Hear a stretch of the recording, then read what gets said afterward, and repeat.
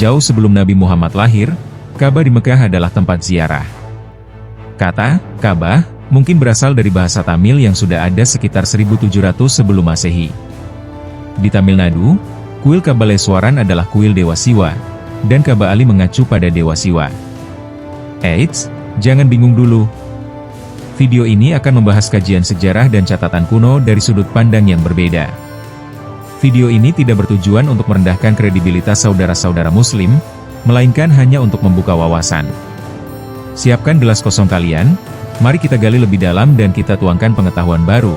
Kebenaran sesungguhnya hanya milik Allah.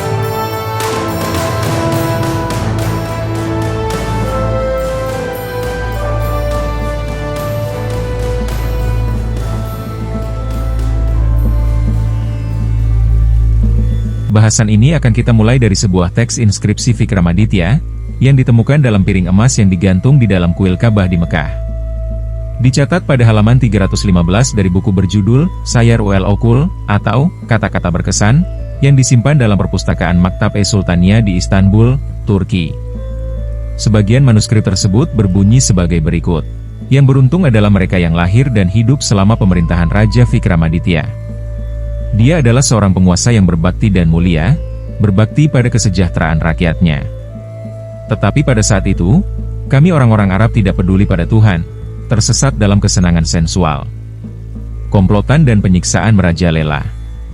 Kegelapan dan ketidaktahuan telah menyelimuti negara kami seperti anak domba yang berjuang untuk hidupnya dalam cengkraman serigala yang kejam. Kami orang Arab terperangkap dalam ketidaktahuan. Seluruh negeri diselimuti kegelapan yang begitu kuat seperti pada malam bulan baru. Tetapi fajar dan sinar matahari yang menyenangkan dari pendidikan saat ini adalah hasil dari kebaikan Raja Mulia Vikramaditya, yang pengawasan baiknya tidak melupakan kita atau orang asing seperti kita. Dia menyebarkan agama sucinya di antara kita dan mengirim para cendekiawan yang kecemerlangannya bersinar seperti matahari dari negaranya ke negara kita.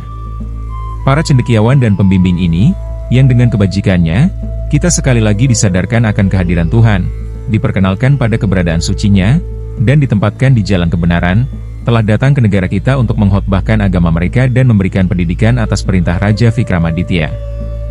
Transkrip ini seakan menjabarkan bahwa, sesungguhnya agama Islam dan Hindu itu memiliki banyak histori yang hampir mirip. Yang paling menarik adalah koleksi antologi tersebut tersusun lebih awal dari 1742 Masehi di bawah perintah Sultan Salim. Antologi itu terbuat dari harir, yaitu semacam sutra yang dibuat untuk menulis, dan setiap halaman memiliki pinggiran yang dihias dengan kertas emas. Antologi itu, yang memberikan titik terang peradaban Arab. Hal ini menunjukkan bahwa, kerajaan yang berpusat di India pada masa lampau juga meliputi Jazirah Arab. Bahkan, kalau kita kembali pada penjelasan kitab Weda, dalam hal ini Mahabharata, disebutkan bahwa Bharatawarsha atau kerajaan kekuasaan keluarga Bharata mencakup seluruh dunia. Ada yang mengatakan bekas peninggalan peradaban bangsa Maya di Amerika sangat sesuai dengan peradaban Weda. Hal ini ditunjukkan dengan kesesuaian sistem pemujaan, sistem astronomi, dan astrologi mereka yang ditulis pada tahun 300 sampai 200 sebelum Masehi. Sebuah laporan dari Rusia juga menyebutkan di sana ditemukan sebuah arca yang berbentuk menyerupai babi yang mengangkat benda bulat di moncongnya. Hal ini sesuai dengan kisah Varaha Avatara yang berwujud babi besar yang mengangkat bumi kembali ke posisi edarnya.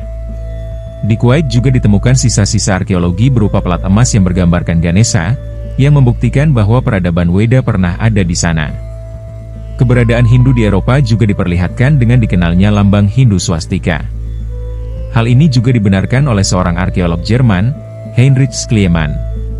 Mungkin hal inilah yang juga memengaruhi Hitler dalam menyalahgunakan lambang swastika sebagai lambang Nazi, di samping penyalahartian kata Aryan dalam literatur Weda yang dilakukan oleh Max Muller. Kembali ke masalah peninggalan Hindu di Timur Tengah.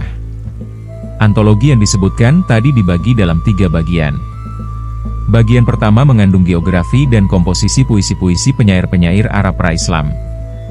Bagian kedua terdiri dari kesaksian dan sajak-sajak penyair dari periode yang dimulai tidak lama setelah zaman Nabi Muhammad sampai akhir dinasti Bani Umayyah. Bagian ketiga adalah tentang penyair-penyair sampai zaman Khalifah Harun ar-Rasyid. Abu Amir As-Samai, penyair Arab yang merupakan penyair utama Kesultanan Harun ar-Rasyid, menyusun dan mengedit antologi tersebut. Edisi modern pertama, Sayar ul Okul, terbit di Berlin tahun 1864. Edisi berikutnya diterbitkan di Beirut tahun 1932. Koleksi ini dianggap sebagai antologi paling penting dan berotoritas dalam sajak-sajak Arab purbakala. Koleksi ini menunjukkan adat, tata tertib, dan hiburan Arabia di zaman purbakala. Buku ini juga mengandung penjabaran deskriptif tentang kuil purbakala Mekah dan bazar tahunan yang dikenal sebagai Okaj, di sekitar kuil Ka'bah di Mekah. Ini berarti bahwa berkumpul di Mekah setiap tahun untuk naik haji berasal dari tradisi pra-Islam. Bazar Okaj bukanlah sebuah karnaval tempat anak muda berpesta. Ini merupakan kesempatan kaum elit dan terpelajar untuk membahas aspek-aspek sosial, religius, politis, literatur, dan aspek-aspek budaya Hindu lainnya yang menyebar di Arabia. Sayyar Well Okul mengatakan bahwa kesimpulan yang didapatkan dari diskusi-diskusi di sana akan diterima dan sangat dihormati di seluruh Arabia. Ini juga seperti mengikuti tradisi Varanasi dari India. Kuil-kuil utama di Varanasi dan di Mekah adalah kuil-kuil Dewa Siwa. Ciri terpenting dari praktik pemujaan Dewa Siwa adalah adanya lingga yang biasanya berbentuk batu hitam yang lonjong, dan yoni sebagai alasnya. Batu Hajar Aswad yang disentuh dan dicium saat menunaikan ibadah haji sangat sesuai dengan bentuk lingga Siwa. Apakah berarti batu itu awalnya adalah sebuah lingga? Batu hitam di Ka'bah dianggap suci dalam Islam. Disebut Hajar Aswad, berasal dari kata Sanskerta, Sanghi Ashweta, atau batu non-putih. Siwa juga disebut Sanghi Ashweta.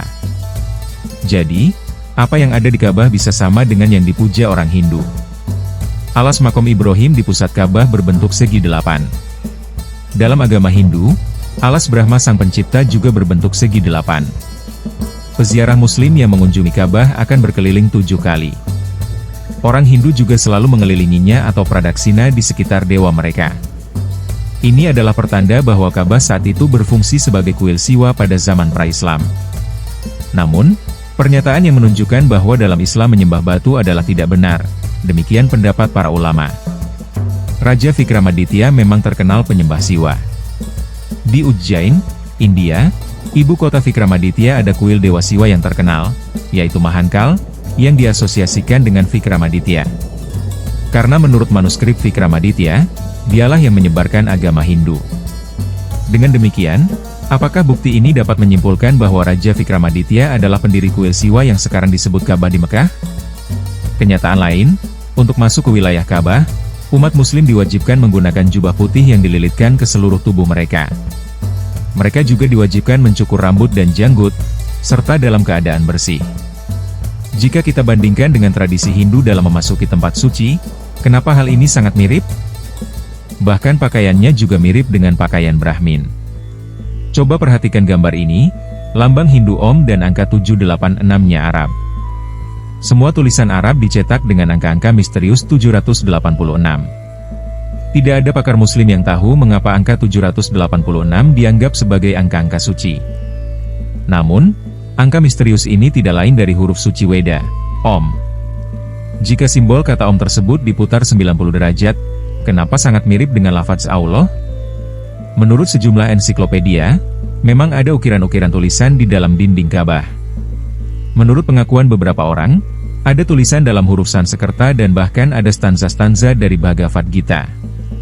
Hubungan antara zaman awal Islam dengan Hindu India juga diperkuat oleh sebuah riwayat bahwa suku Jat dari India sudah berada di Arab jauh sebelum zamannya Nabi Muhammad lahir. Bahkan, ketika Aisyah jatuh sakit, keponakannya memanggil tabib Ayurwedik, kedokteran Weda, dari suku Jat untuk menyembuhkannya. Raja India juga disebut pernah mengirim satu pot jahe yang direndam cuka kepada Nabi. Ini menunjukkan bahwa Raja Jat India menguasai kawasan di dekatnya sehingga mampu memberikan hadiah yang begitu sepele seperti satu pot jahe. Paman Muhammad sendiri, Amru bin Hishim atau yang dikenal dengan sebutan Abu Jahal, merupakan pengikut Dewa Siwa yang taat. Ia menolak untuk masuk Islam. Ia adalah seorang penyair terkenal dan menulis sajak-sajak memuja Dewa Siwa. Salah satunya bisa ditemukan dalam halaman 235 dalam Sayyar Well Okul. Artinya, seorang lelaki yang menghabiskan seluruh hidupnya dalam dosa dan imoralitas, dan membuang hidupnya demi nafsu dan kemarahan, jika ia bertaubat dan ingin kembali kepada moralitas, adakah pengampunan tersedia baginya? Bahkan jika hanya sekali ia dengan tulus memuja Mahadewa Siwa, ia bisa mencapai posisi tertinggi dalam jalan kebenaran. Ya Tuhan, cabut seluruh nyawa saya, dan sebagai gantinya berikan saya 1 hari saja untuk tinggal di India sebagai lelaki yang menjadi bebas secara spiritual saat mencapai tanah suci. Dengan ziarah ke India, seorang lelaki bisa mencapai kebijakan untuk melakukan tindakan mulia dan mendapat kehormatan menyentuh guru-guru Hindu yang mulia.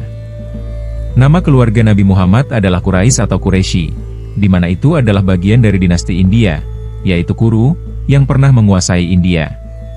Diketahui bahwa Amr bin Hishim dan keluarganya terlibat dalam pembuatan arca dan pelestarian Ka'bah. Ensiklopedia Islam menjelaskan bahwa kakek Nabi Muhammad dan paman-pamannya mewariskan jabatan sebagai pendeta atau penjaga Ka'bah yang menyimpan 360 arca dewa-dewi. Nabi Muhammad kemudian menghancurkan semua arca tersebut kecuali arca yang paling utama, yaitu batu hitam Hajar Aswad, Siwa Linggam atau Lingga Siwa. Melihat bukti-bukti tadi, mungkinkah Ka'bah pada awalnya adalah sebuah kuil Siwa atau Hindu?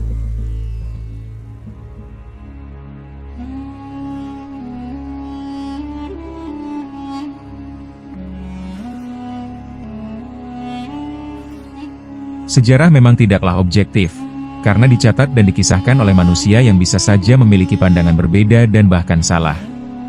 Hal itu tergantung pada pengetahuan dan pandangan masing-masing penulis, yang membuat sejarah bisa saja berbeda dan malah bertentangan. Sama halnya dengan perjalanan Nabi Ibrahim, apakah Nabi Ibrahim benar-benar pernah ke Mekah? Pertanyaan itu muncul di sebagian orang yang meragukan kisah Nabi Ibrahim versi Islam. Ada anggapan bahwa cerita Nabi Ibrahim ke Mekah hanya demi kepentingan politik Islam. Seperti biasa, pembuktian tentang sejarah Islam selalu terkendala bukti arkeologis dan kebanyakan mengandalkan tradisi dari mulut ke mulut yang sangat tidak ilmiah dan sulit dipercaya kebenarannya.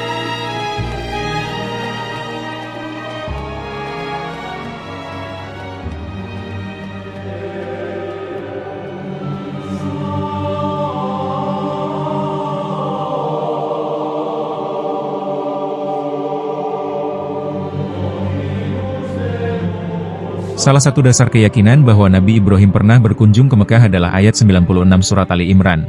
Sesungguhnya rumah yang mula-mula dibangun bagi manusia ialah yang dibakah yang diberkahi dan menjadi petunjuk bagi semesta alam. Banyak ulama yang mengklaim bahwa Bakkah adalah Mekah. Klaim ini diperkuat Sahih Bukhari volume 4, buku 55, nomor 583, di mana dikisahkan oleh Ibnu Abbas bahwa Nabi Ibrahim membawa istri, Siti Hajar, dan putranya, Ismail, di bawah pohon Zamzam, yang merupakan rumah Tuhan. Saat itu, tidak ada orang di kota Mekah dan juga tidak ada sumber air. Nabi Ibrahim kemudian pergi dan tidak dapat menemukan Ismail setelah waktu yang ditentukan oleh Allah, sehingga ia berusaha mencari anaknya kembali. Hingga akhirnya Nabi Ibrahim melihat Ismail sedang menajamkan anak panahnya di bawah pohon Zamzam. Saat Ismail melihat Ibrahim, dia bangkit dan menyambutnya dengan hormat. Ibrahim mengatakan, "Wahai Ismail, Allah telah memberikan perintah kepadaku. Apakah kamu mau membantuku?" Ismail menjawab, "Lakukanlah apa yang telah ditentukan oleh Allah. Tentu saja akan kubantu." Ibrahim menyatakan, Allah memerintahkan untuk membangun sebuah rumah di sini. Cerita ini lalu disambungkan lagi dengan ayat Al-Quran. Dan ingatlah ketika Ibrahim meninggikan dasar-dasar rumah beserta putranya Ismail. Kata bait atau rumah ditafsirkan sebagai Baitullah. Tentunya, kisah ini memiliki banyak kejanggalan, karena Baitullah yang asli ada di Bakkah, bukan di Mekah. Al-Quran sendiri tidak menuliskan Mekah, melainkan Bakkah. Beberapa orang menyanggah bahwa perubahan dari Bakkah menjadi Mekah hanya karena abjad Arab. Huruf Ba dan Mim memiliki pronunsiasi yang sama, yaitu merupakan kata bilabial atau cara pengucapannya dengan menutup bibir. Oleh karena itu, nama Bakkah secara perlahan berubah menjadi Mekah. Namun, sanggahan ini terlalu ambil risiko, yang bisa saja menuduh Allah tidak konsisten atau Nabi Muhammad salah dengar dari Jibril, atau menganggap malaikat Jibril punya mulut.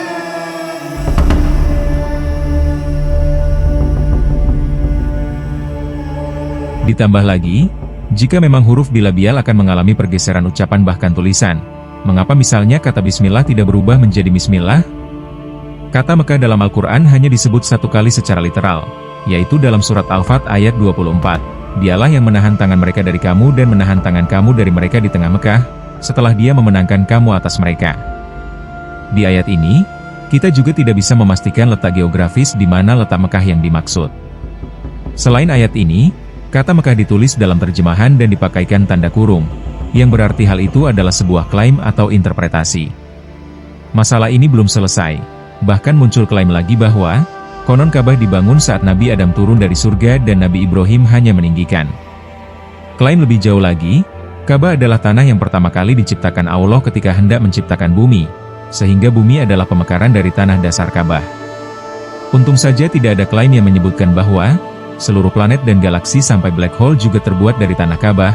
Sungguh klaim yang fantastis walaupun tidak bisa dibuktikan.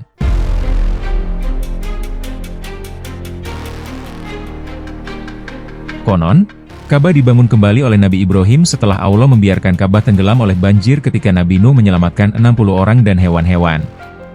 Setelah berhasil membangun Ka'bah dan menyeru orang-orang untuk beribadah haji, Nabi Ibrahim malah kembali ke Yerusalem dan tak pernah kembali lagi, walau sekadar menjenguk sang istri, Hajar, dan sang anak, Ismail. Tidak ada konsensus di kalangan para ahli mengenai apakah Nabi Ibrahim pernah melakukan perjalanan ke Mekah atau tidak. Beberapa pendapat menyarankan bahwa, kisah perjalanan Nabi Ibrahim ke Mekah mungkin hanya hikayat atau legenda, atau bahkan mitos yang diperluas dan diperindah oleh para penulis serta penyair Islam pada abad-abad awal Islam. Saya ringkaskan saja beberapa pernyataan para ahli yang menolak sejarah kedatangan Nabi Ibrahim ke Mekah. Menurut John Burton, seorang profesor sejarah Islam di Universitas Edinburgh, bahwa kisah perjalanan Nabi Ibrahim ke Mekah hanyalah sebuah legenda atau kisah yang telah dikembangkan dan dibuat indah oleh para penulis dan penyair Islam pada abad-abad awal. Kemudian, menurut William Montgomery Watt, seorang profesor studi Arab dan Islam di Universitas Edinburgh, tidak ada bukti sejarah yang kuat yang mendukung klaim bahwa Nabi Ibrahim pernah melakukan perjalanan ke Mekah.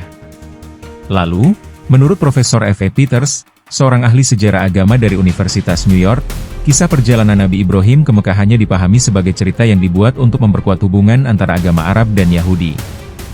Berikutnya, menurut Karen Armstrong, seorang penulis dan ahli sejarah agama, tidak ada bukti sejarah yang dapat menunjukkan bahwa Nabi Ibrahim membangun Ka'bah di Mekah atau melakukan perjalanan ke sana.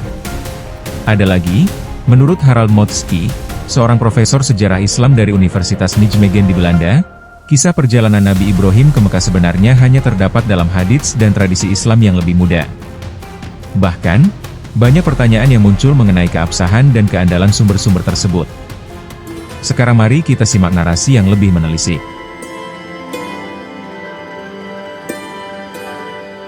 Tempat Nabi Ibrahim sangat jauh dari tanah Mekah, dan pada masa itu Mekah belum dikenal oleh manusia. Jaraknya lebih dari 1.600 km, dan sulit bagi Nabi Ibrahim untuk masuk ke Mekah. Oleh karena itu, umat muslim harus membuat teori tentang binatang ajaib bernama buruk yang dikirim oleh Allah untuk membawa Ibrahim ke Mekah.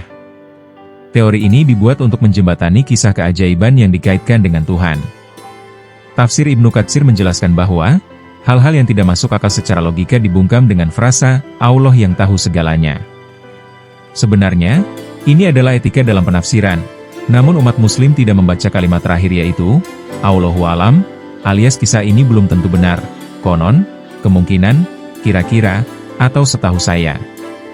Meski demikian, fakta justru menunjukkan bahwa, tidak ada bukti ilmiah, catatan sejarah, arkeologi, atau manuskrip yang membuktikan bahwa, tokoh besar Ibrahim pernah ada. Dalam Al-Quran sendiri, Allah tidak memberikan penjelasan secara rinci tentang bagaimana, kapan, dan dari mana Ibrahim dan Ismail muncul. Hanya ada sedikit referensi dalam tradisi dari mulut ke mulut tentang cemburunya Sarah kepada Hajar dan bagaimana Ibrahim membawa Hajar dan anaknya ke Mekah secara ajaib, kun fayakun, langsung magedebuk. Tidak diketahui pasti bagaimana perjalanan Ibrahim dimulai, apakah sudah ada jalan yang siap, dan berapa jarak yang akan ditempuh, sehingga mereka bisa mempersiapkan sumber air minum yang cukup. Dari sini, muncullah tradisi lisan dari mulut ke mulut lagi yang sangat banyak versinya. Sambung-menyambung menjadi satu, comot sana comot sini, dipilih-pilih yang mendukung narasi adalah hal biasa dalam penulisan sejarah. Kita tahu bahwa, orang Arab sudah ada ribuan tahun yang lalu namun Mekah, baru dikenal dunia pada abad ke-4 Masehi. Sebelum itu, hanya ada mitos yang beredar tentang keberadaan Mekah, seperti halnya dengan mitos tentang Bandung yang berhubungan dengan kisah Sangkuriang dan Danau Bandung serta Gunung Tangkuban Perahu. Semua ini dikaitkan dengan peran Allah dalam menyelamatkan Dayang Sumbi. Namun, Karena Al-Quran tidak bisa diandalkan untuk menelusuri sejarah, mari kita membandingkan peta perjalanan Abraham dari sumber Taurat.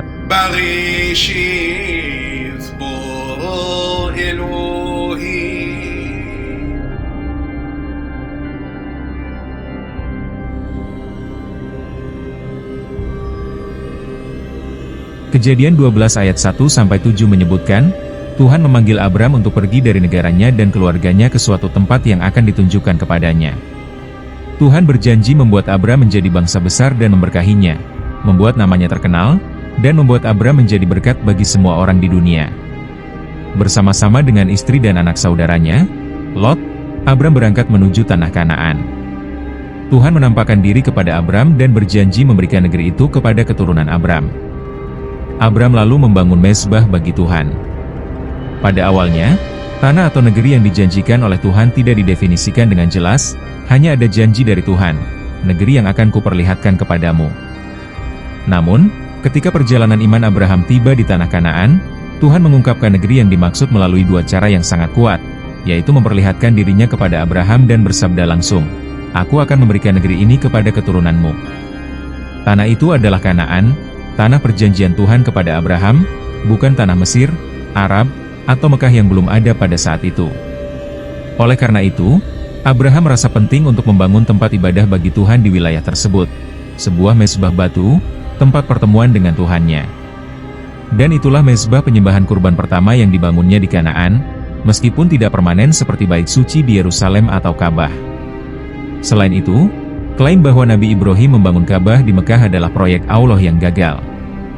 Setelah selesai dibangun dan Nabi Ibrahim sudah menyeru orang-orang untuk datang, bukannya ramai orang berhaji atau minimal keturunan Nabi Ibrahim pergi ke sana, malah menjadi tempat yang kotor bagi para penyembah berhala yang memasukkan ratusan patung mereka hingga tahun 630 Masehi.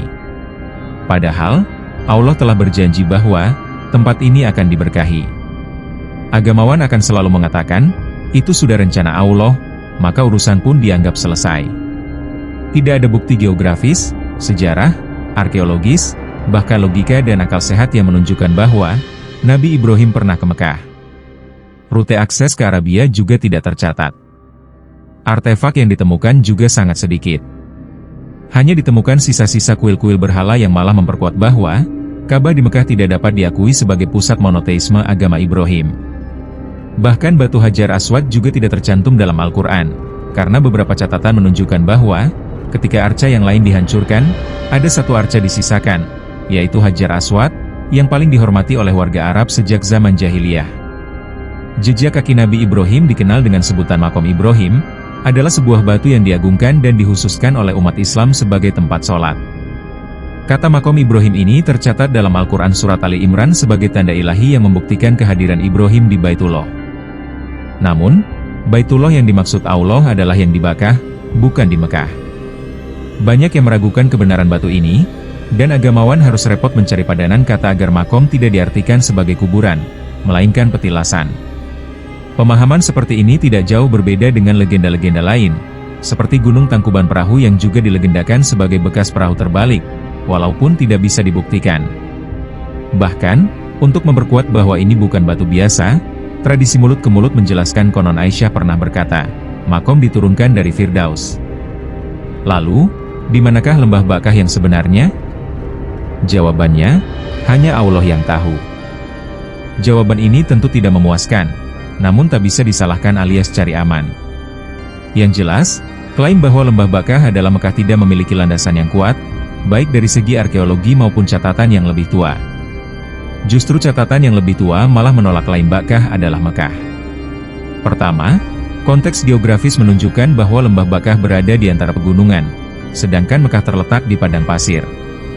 Mazmur 84 ayat 6 menyebutkan bahwa lembah Bakkah adalah tempat mata air di antara pegunungan, yang tidak sesuai dengan lokasi Mekah. Kedua, waktu munculnya lembah Bakkah juga menjadi argumen yang kuat. Mazmur 84 ayat 5 menyebutkan bahwa lembah Bakkah muncul sebelum zaman Musa dan Harun, yang berarti bahwa lembah itu harus sudah diketahui manusia sebelum tahun 1400 sebelum Masehi. Sedangkan Mekah baru muncul sekitar tahun 500 sebelum Masehi. Ketiga, penggunaan bahasa Ibrani juga menjadi perdebatan.